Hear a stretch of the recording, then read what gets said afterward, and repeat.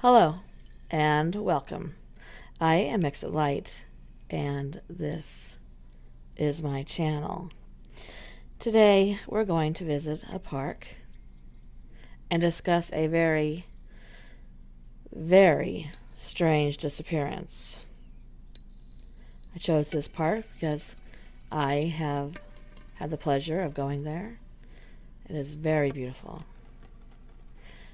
I also lost a friend who died in this park.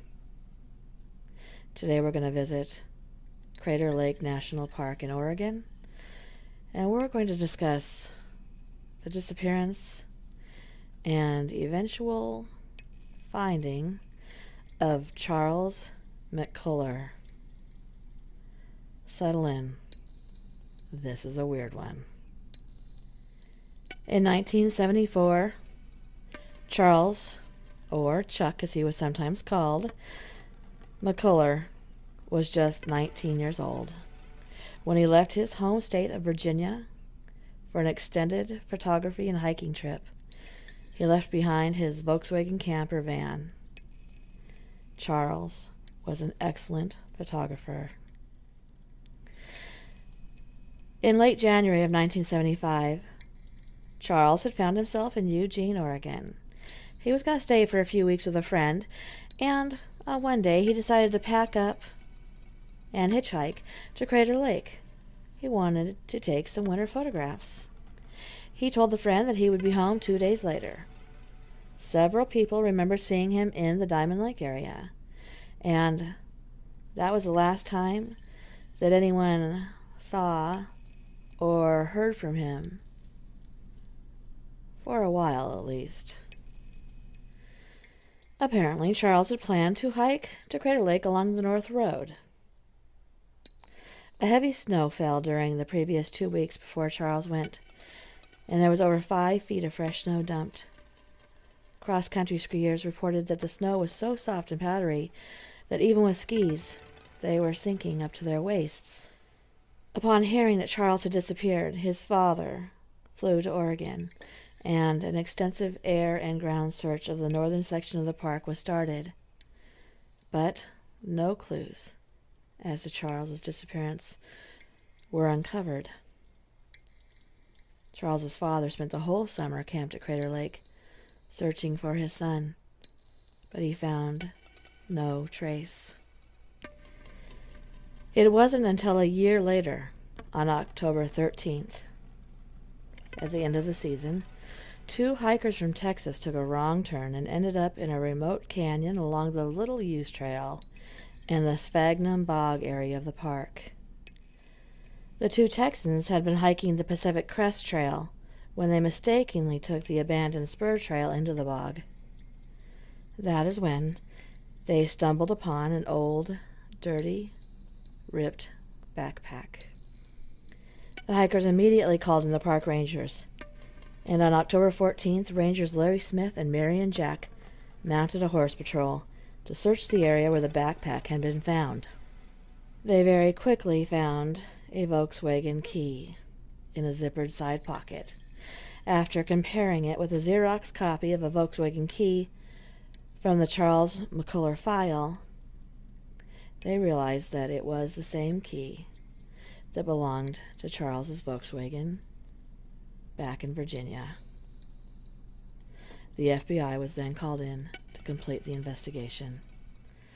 At 1:30 p.m. that day, the radio call came in that Charles's remains had been found, scattered over and down a steep bank of the Bybee Creek drainage, which was 4 miles from the Lightning Springs and around 12 miles from the trailhead.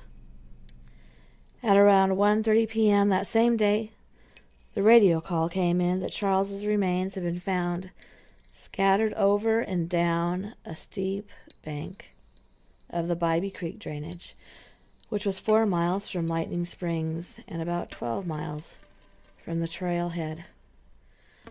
On the day that Charles had disappeared, there were 7.5 feet of new snow on the ground. And given that he didn't have any skis or snowshoes, how is it possible that he traveled such a distance. 102 inches of fresh powder. One theory at the start had been that perhaps he had followed snowmobile tracks.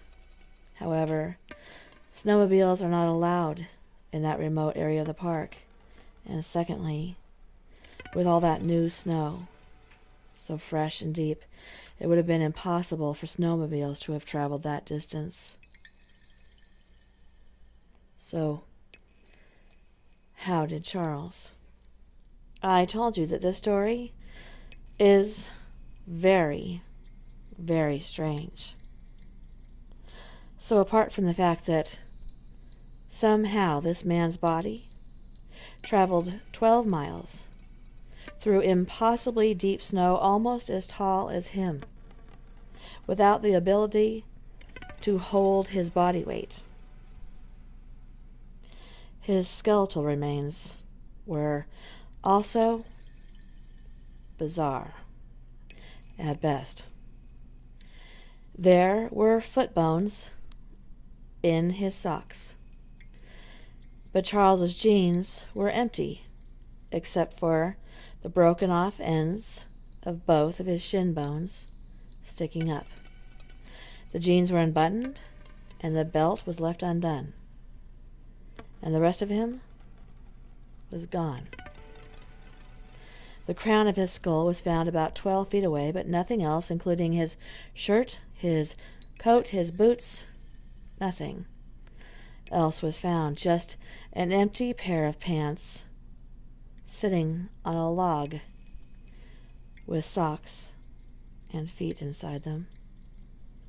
Also, his camera equipment was nowhere to be seen, and there was no money in the pack or in his jeans. Some people think that perhaps Charles was hypothermic, and even when people are freezing to death in the cold, they believe that they are too hot, so they strip off their clothing and maybe even pull off their boots.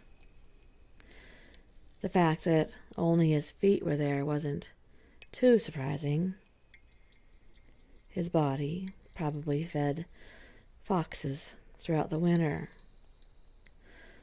But the three really unusual things here, if we can narrow it down to three, are the location, which would have been impossible for him to get to,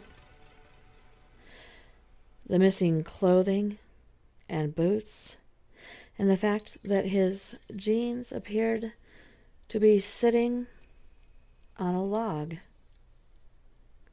just sitting there as if he was a ghost looking off at the scenery. So, the potential explanation here is that some strange, crazy backwoodsman attacked Charles in the Crater Lake National Park and stole his camera and cash. Then, in the dead of winter, he hauled his body into the very remotest part of Crater Lake, removed his shirt and his boots, left him in his jeans, but undid the belt, and then somehow managed to sit him up in a sitting position on a log that would have been impossible for him to see under 102 inches of snow. And then figured that the animals would destroy the evidence by spring. Just how Charles was able to get into the Bybee Creek drainage remains a mystery to this day, as does his exact cause of death. His family remains convinced that Charles was a victim of foul play because none of his expensive camera equipment or cash was ever found. Although it seems very difficult to explain, even using the potential explanation of being dragged through 102 inches of snow. So perhaps we'll never know what happened to Charles McCullagh, as it remains one of the strangest missing person stories I've ever read. If you like this channel and you are not already subscribed, please do so. Also, please take the time to click that bell. With YouTube's new algorithm, subscribers aren't being notified when their content providers upload new content. This way, you'll be notified the second my content is uploaded and when we go live on a podcast. Please click that thumbs up. The more thumbs up and the more comments we get, the more we are recommended and seen. And that's good for our whole community and channel. Thank you. And good night. Hi everyone, make sure to subscribe to Exit Live and give this video a big thumbs up. And don't forget to share with all of your friends.